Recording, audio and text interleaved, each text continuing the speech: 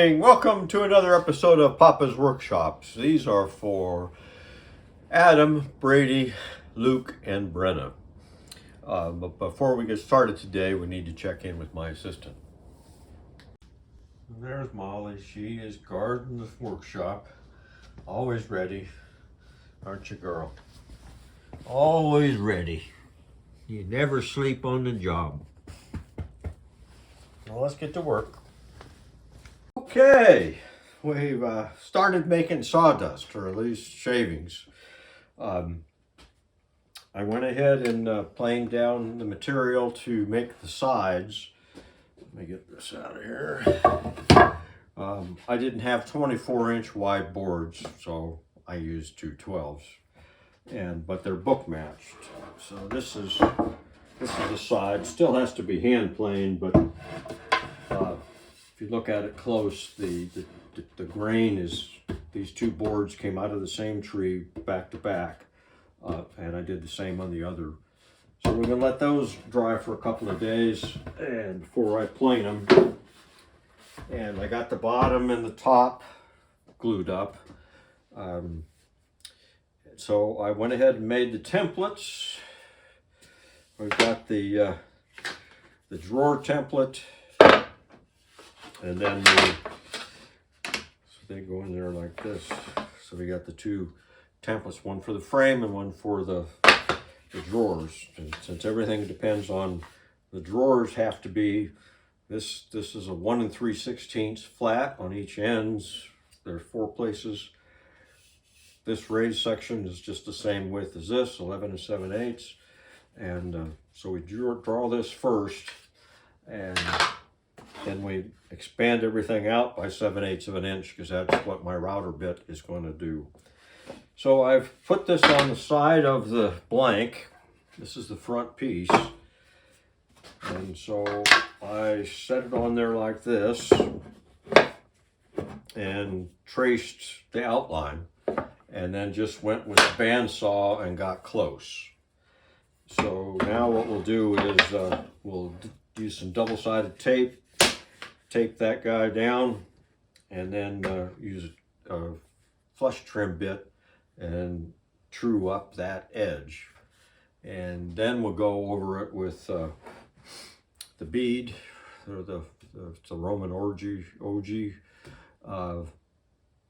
bit, and then the little rabbit bit to make a second little notch. So those are the next couple of steps. I got everything.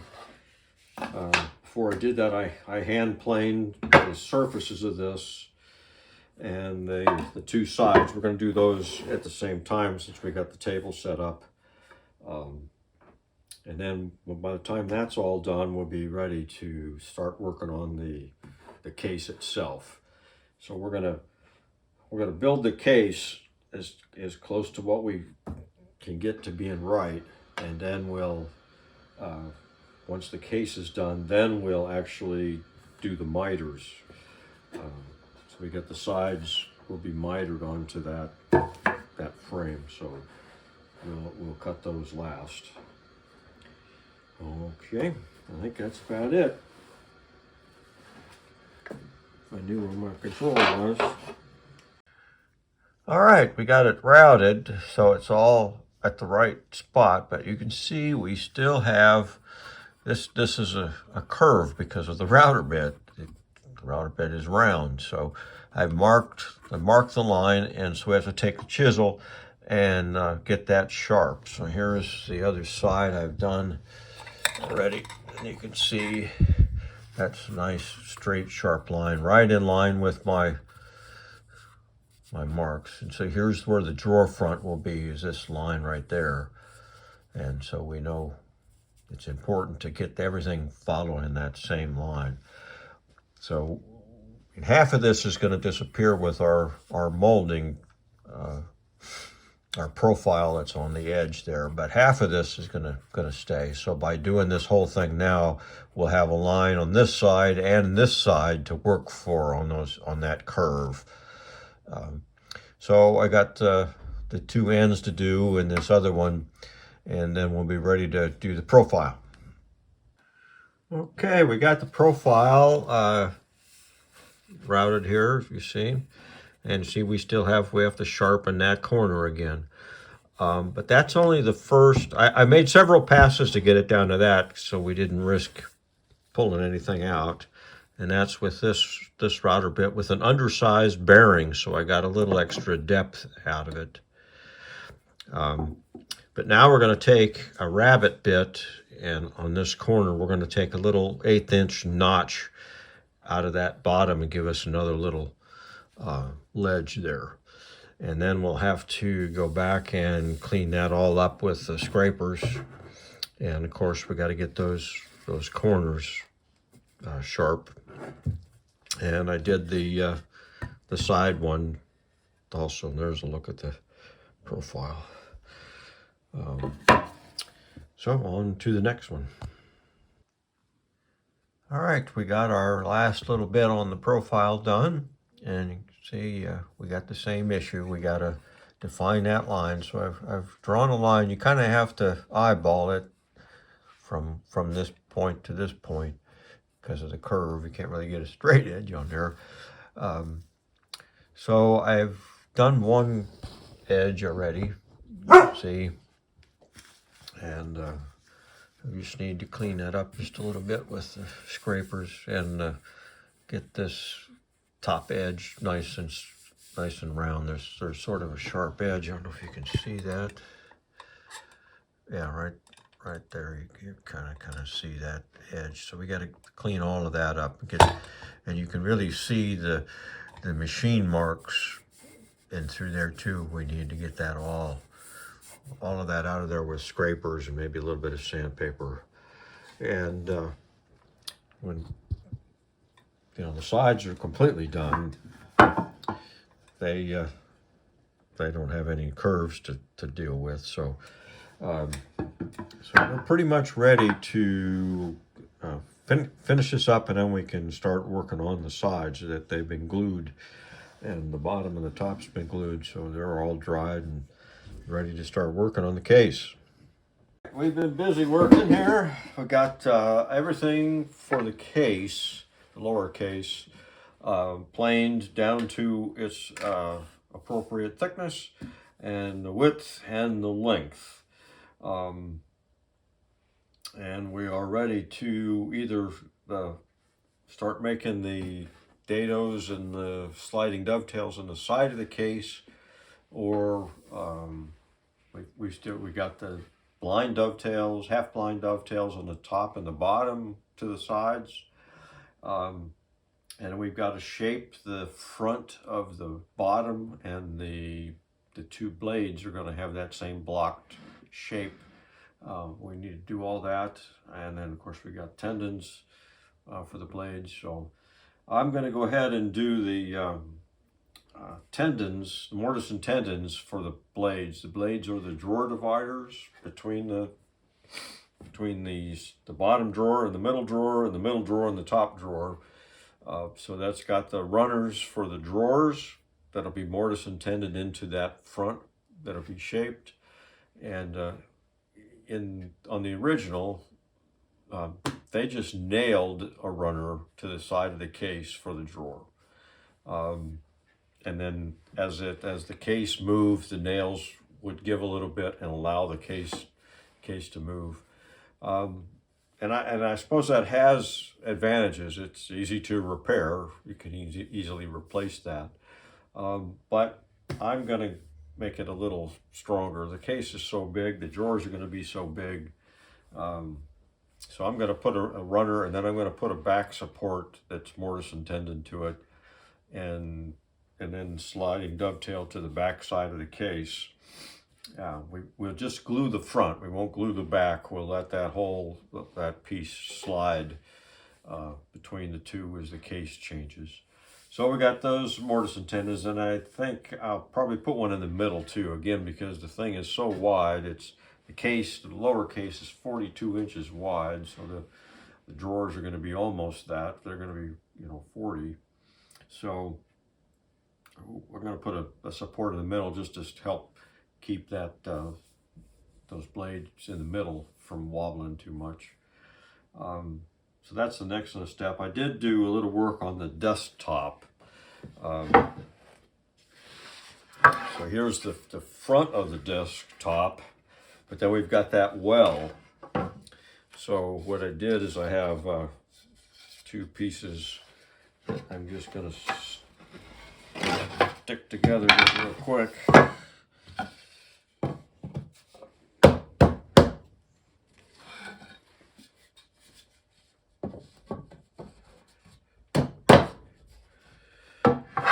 So that's just in a tongue and groove, and that'll form the desktop. And then we'll have our gallery of drawers coming above that, and the door will slide. So what I'm going to do is, once this is glued in place in the case, I'll take and put a decorative edge, or I'll cut back this top tongue so that the sliding door can run on this lower piece, and we'll put a decorative edge around this and before we put the gallery all in. So this is going to stay this way until we're ready to glue. And so that'll make it easier to work on this front piece. The front and the back piece will have sliding dovetails into the case, and then we need to put a bead on this front piece. That'll be the bead above the top drawer, and it's straight. It doesn't have that shape. And so that's pretty well ready to be have the sliding dovetails done. And this is the back piece. I had a piece of a lot of sapwood. I'm just using in the back. Since it will be covered up, doesn't matter. So we're going to go ahead and do the mortise and tendons, and I've got a new toy to do that, so it'll be fun. All right, this is my new pan router, and it works on a pantograph system. Let's see, this goes, let me move this stop here. See, so it goes, but it's a 2-to-1. If I go 2 inches up here, up or down, or in or out, it only goes 1 inch down there.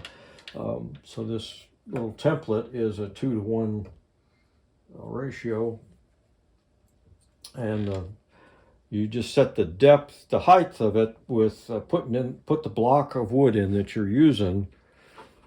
In this case right here, and you just put this down until it hits that, and that will center it this way. And then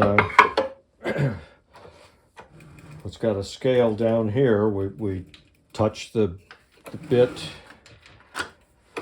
on the face of the board, and then we want a 1 inch, so we move that out to the 1 inch mark, lock that, so it'll go in just 1 inch. So it's very simple. It's really a pleasure to use. I've played with it a little bit. So we got one mortise to do here, and you have to mark the center line of your mortise and line that up with the center line of the table. So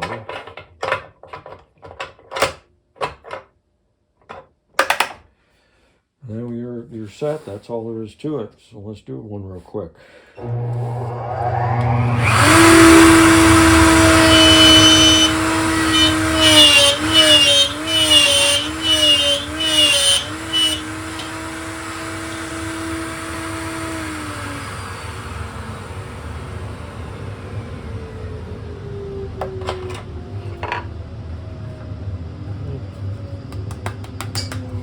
Out of there, see, we got one nice.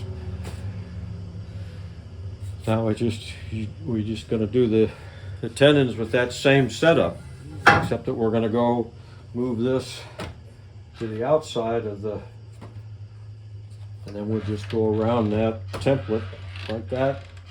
We do have to change it to a 1/2 inch bit from the 1/4, but that's a very simple process that pops off, and then right there you can get right to it. It's a very nice machine, and I'm going to enjoy it.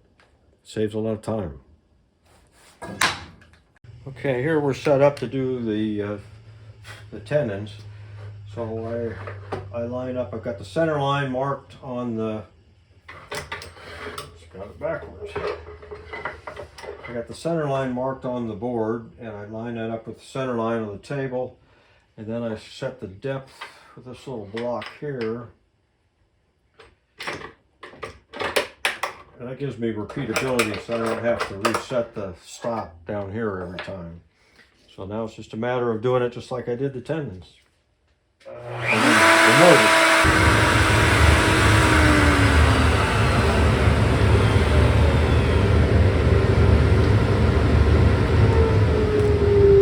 we got the tendons. It's that easy. Well, there's one of the blades, the top blade, dry fitted. It has wider rails for the drawer because we've got the desk lid comes down. There's two little lid supports that come out. That makes that top drawer, the sides are actually clear into here. So we had to make that wider so that the drawer has something to run on. But we're pretty much there. I think now we can go ahead and cut the face of the blades. Okay, we got to draw the profile on these. This is one of the front of the blade, so we need this shape on the front of it. Now this is the template for the drawer front, and we've got the bead in the front, so we need the pattern to actually be 1/8 of an inch bigger than this. And rather than making another template, what we're going to do is just space it out. First, we need to draw the line so we can bandsaw most of it away. And then we'll use this, we'll tape this down to this, and we'll use a pattern bit, but we'll put a bigger bearing. So if we use a 1/2 inch bit, we'll use a 3/4 inch bearing, and that'll make the cut 1/8 of an inch bigger. But we're just going to use, I keep a set of washers, just plain everyday washers. And so when I trace it, the thickness of that washer from the inside edge to the outside edge is 1/8 of an inch, and I'll just use that to trace around. At first we got to get the position right, and we're going to need to get this flat on the outside right on there. So I use two little 1/8 inch spacers, and we'll stand this up. And then we put the template down on those two spacers. So that makes it 1/8 of an inch high. And then we line up the center line, which I marked already. And we clamp that down there.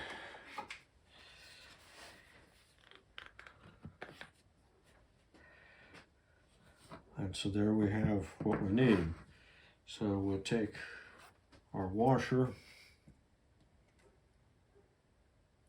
I can pick it up, stick the pencil in there, and I'll just draw the template.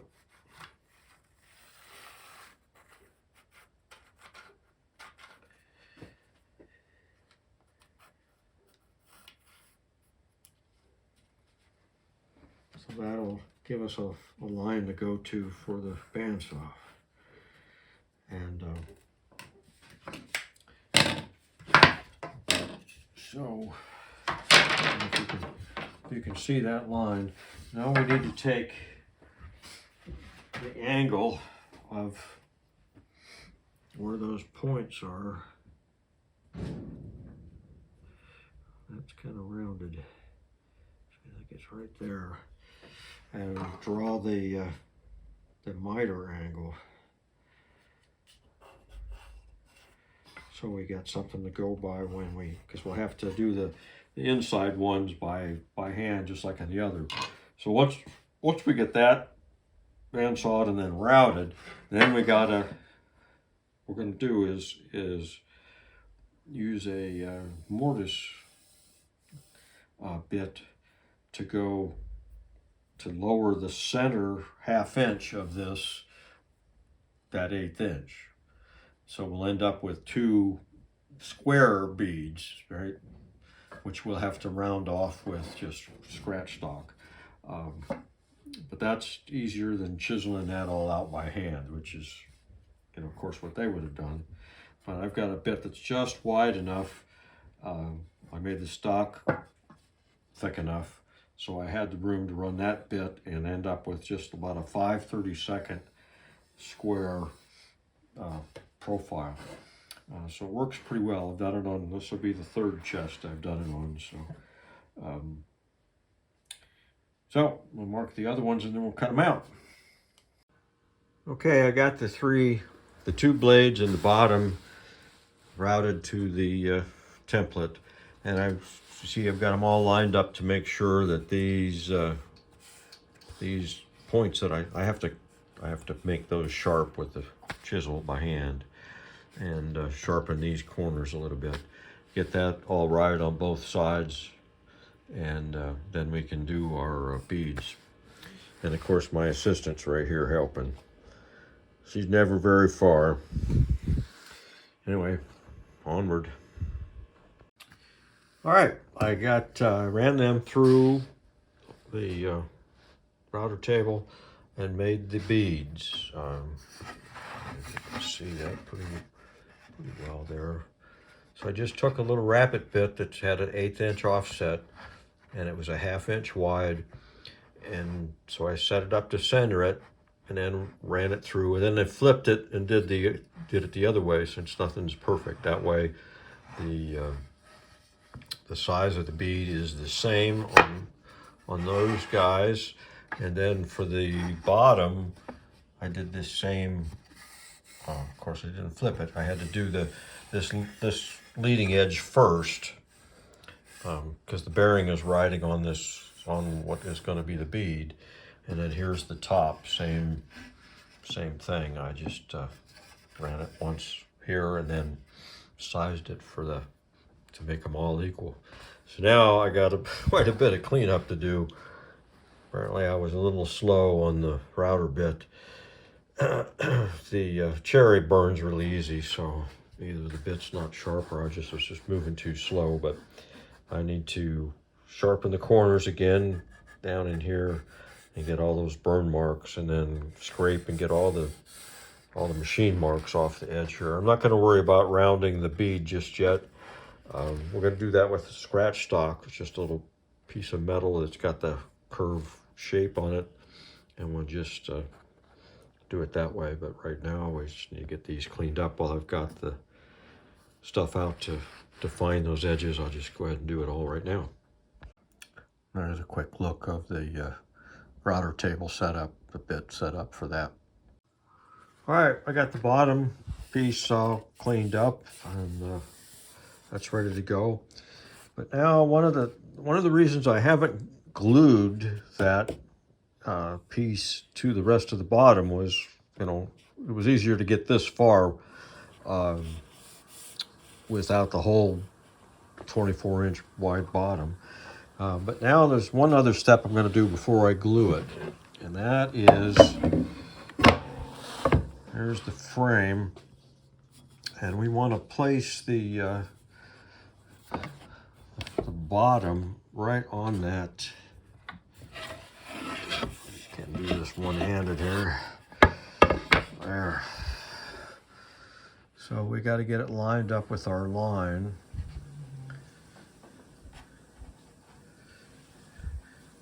Like that. So what I'll do is I'll clamp that in place, and then I'm going to drill 2 dowel holes, one kind of at each end, and that will position our case onto the frame and lock it in the front position. Now the case is going to expand and contract. I mean, in worst case, high humidity and a low humidity, it could move a 1/4 inch or more, 24 inches. Modern households don't really see that wide change, but still we've got to allow for it to move, because the frame is going to be the long grain and it's not going to change much.